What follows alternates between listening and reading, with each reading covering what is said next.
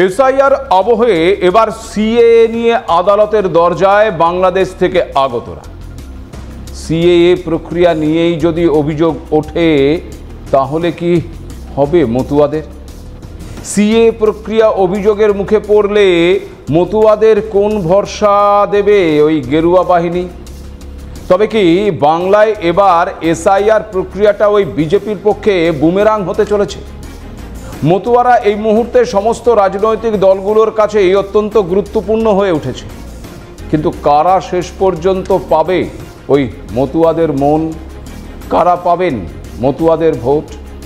নমস্কার, আপনারা দেখতে শুরু করেছেন এডিটার্স ডায়েরি।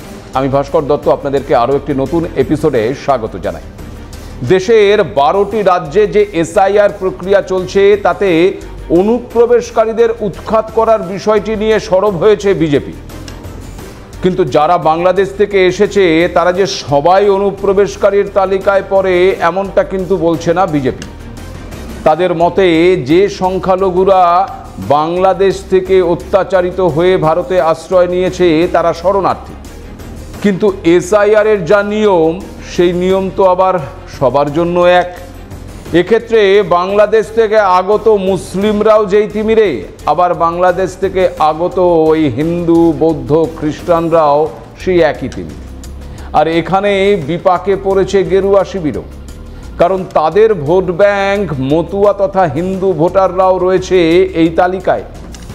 এই অবস্থার জন্য তড়িঘড়ি বিজেপির তরফে মতুয়া অধ্যুষিত এলাকায় সিএএ ক্যাম্প করা হয়েছে। উদ্দেশ্য এটাই যে এই সিএএ ফর্ম ফিল আপ করিয়ে মতুয়াদের নাগরিকত্ব দিয়ে যাতে তাদের নাম ভোটার তালিকায় তোলা যায়।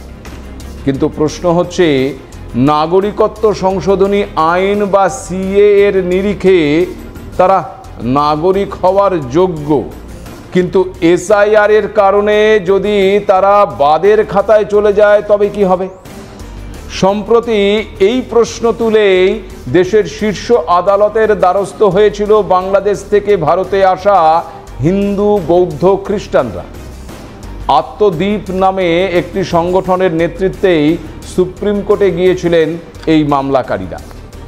সেই মামলার শুনানিতে মামলাকারীদের আবেদন শুনেছেন প্রধান বিচারপতি সূর্যকান্ত এবং বিচারপতি জয়মাল্য বাগচি। মামলাকারীরা যে আবেদন করেছেন তাতে সবচেয়ে বড় প্রশ্ন উঠতে শুরু করেছে। মামলাকারীরা বলছেন যে সিএর অধীনে ভারতের নাগরিকত্বের জন্য যোগ্য সংখ্যালঘু অভিবাসীদের আবেদন বহুকাল ধরেই ঝুলে রয়েছে। আর এই আবেদনকারীদের অনেকেই বর্তমানে ভারতে রয়েছেন। 2025 সালে ভোটার তালিকাতেও তাদের নাম রয়েছে, কিন্তু এবার এই এসআইআর এর জেরে সেই নাম বাদ পড়লে তারা তো আবার আশ্রয়হীন হয়ে পড়বেন। তাই সিএ আবেদন মঞ্জুর না হওয়া পর্যন্ত এই অভিবাসীদের সাময়িক ভোটার হিসেবে তালিকাভুক্ত করা হোক। আদালত এই আবেদন গ্রহণ করেছে, কিন্তু আদালতের তরফে নোটিশ জারি করে কেন্দ্রীয় সরকার, জাতীয় নির্বাচন কমিশন এবং পশ্চিমবঙ্গ সরকারের জবাব তলব করা হয়েছে। পাশাপাশি মামলাটিকে আগামী 9 ডিসেম্বর এসআইআর মামলাগুলোর সঙ্গে যুক্ত করে দেওয়া হয়েছে। আপনারা জানেন যে 2019 সালে পাশ হওয়া নাগরিকত্ব সংশোধিত আইন অনুযায়ী 2014 সালের 31শে ডিসেম্বর বা তার আগে বাংলাদেশ, পাকিস্তান এবং আফগানিস্তান থেকে ভারতে চলে আসা অমুসলিম সম্প্রদায়ভুক্তরা এই সিএএ বা নতুন করে নাগরিকত্বের আবেদন জানানোর যোগ্য। এই আইনের প্রেক্ষিতেই কিন্তু এই আবেদন জানিয়েছিল অভিবাসীরা। বাংলার মতুয়ারাও তার মধ্যে রয়েছেন।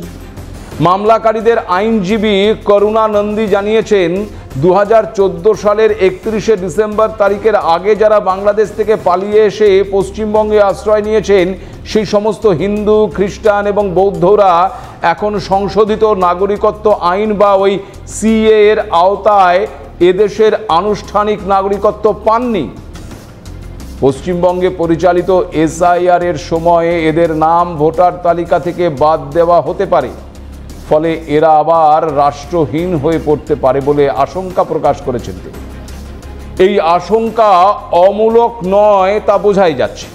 পাশাপাশি এ প্রশ্ন উঠছে যে ঘটা করে ক্যাম্প করে মতুয়াদের এই সিএএ ফর্ম যে বিলি করা হলো, তাতে হলোটা কি? তার কারণ যে সিএএ ক্যাম্পগুলো বিজেপির তরফ থেকে সীমান্তবর্তী এলাকা, বিশেষ করে উত্তর 24 পরগনার বনগাঁ এই অঞ্চলে করা হলো, সেখানে তো বহু মানুষ এই আশায়, এই ভরসায় গিয়ে সেখানে এই ফর্মটা ফিল আপ করলেন যে আমি সিএএ ফর্ম ফিল আপ করছি, তার কারণ এটাই যে এই ফর্ম ফিল আপ করলে আমাকে নাগরিকত্ব দেওয়া হবে এবং সেই নাগরিকত্বের সার্টিফিকেট আমি দেখিয়ে ভারতের ভোটার তালিকায় আমি আমার নামটা তুলব।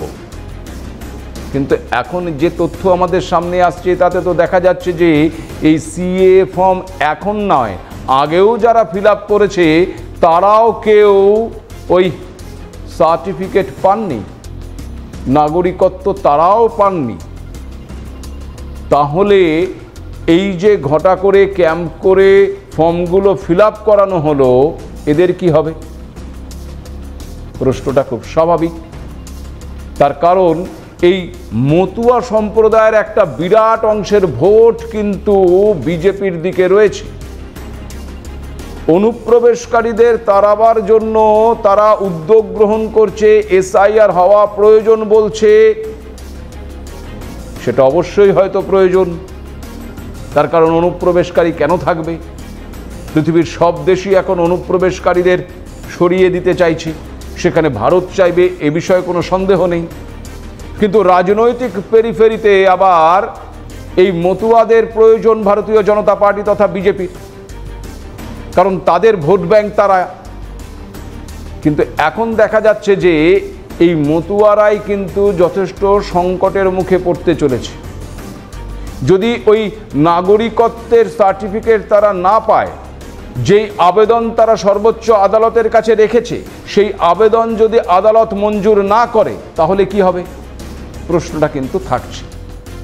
আর এই মুহূর্তে আমরা এটাও লক্ষ্য করছি যে এই মতুয়াদের জন্য এখন সব পক্ষ উঠে পড়ে লেগেছে। কিছুদিন আগে এই মতুয়াদের জন্যই একেবারে পথে হেঁটেছেন রাজ্যের মুখ্যমন্ত্রী তথা তৃণমূল কংগ্রেস নেত্রী মমতা বন্দ্যোপাধ্যায়। আবার এরপর শহর কলকাতায় মতুয়াদের মিছিলে হেঁটেছেন আবার কংগ্রেসের নেতা, যাকে রবিনহুড বলা হতো, অধীর চৌধুরী।